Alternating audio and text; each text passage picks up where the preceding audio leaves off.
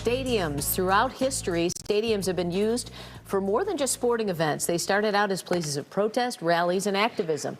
The new book, The Stadium, An American History of Politics, Protest, and Play, traces their history. It's written by historian Frank Garritti, and he joins us this morning. Good morning. Good morning. Can you give us a specific historic event that we should know about that took place in a stadium? Wow. I'll give you one that happened in Chicago in the summer of 1964 at Soldier Field, when the nation was moving towards the passage of the Civil Rights Act. And Martin Luther King and a host of other organizers and clergymen held a big rally at Soldier Field to rally support for the Civil Rights Act. And in fact, it passed right at that time in July 1964. It's interesting that you write a whole book. You never think of things being centered around a stadium and how they were designed for one thing and evolved into something else. How did you come upon this thesis? Yeah, well, I mean, I think because, they're usually contingent on some type of political or public subsidy, whether they're privately owned or publicly managed. I mean, Soldier Field is a great example of a publicly managed facility, right? And so because of that, they come to work essentially as a public square where Americans come together for recreation, but also to fight about what it means to be an American. We see that happening at the convention at the United Center right now in Chicago.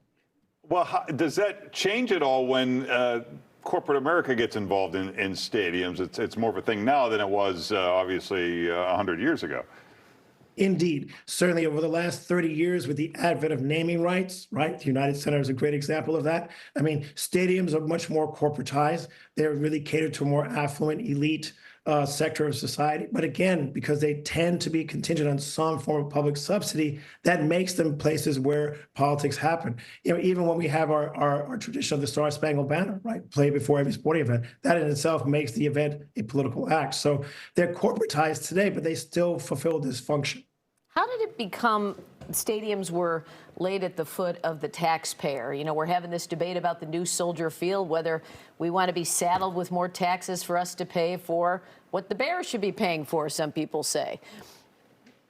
Indeed. It really is after World War II when the sport and entertainment industry grow by leaps and bounds, right? Where sports leagues are able to command public dollars to build stadiums, because having a stadium in your community becomes, it generates enormous political cachet, but also a lot of support from your constituency.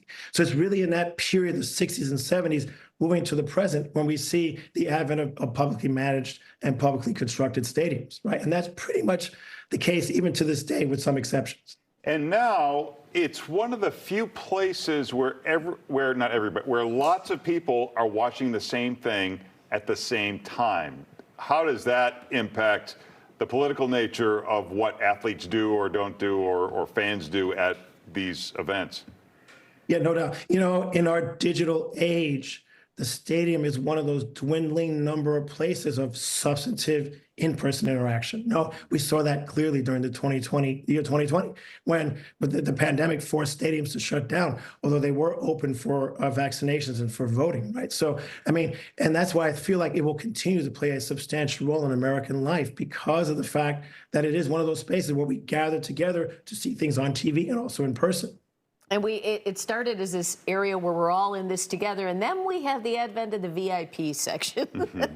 And it kind of, it's a whole different ballgame, isn't it? It is. And I mean, I argue that's an unfortunate, consequence of, the accelerating cost of construction and maintenance, and the ways in which the sport business, became, grew by leaps and bounds, and other corporate entities got involved. All right, well, the book is The Stadium, An American History of Politics, Protest, and Play. For more information, you can follow Frank on X and Instagram. Thanks, Frank. Thanks, Frank. Thanks for having me. Have a great day. You too.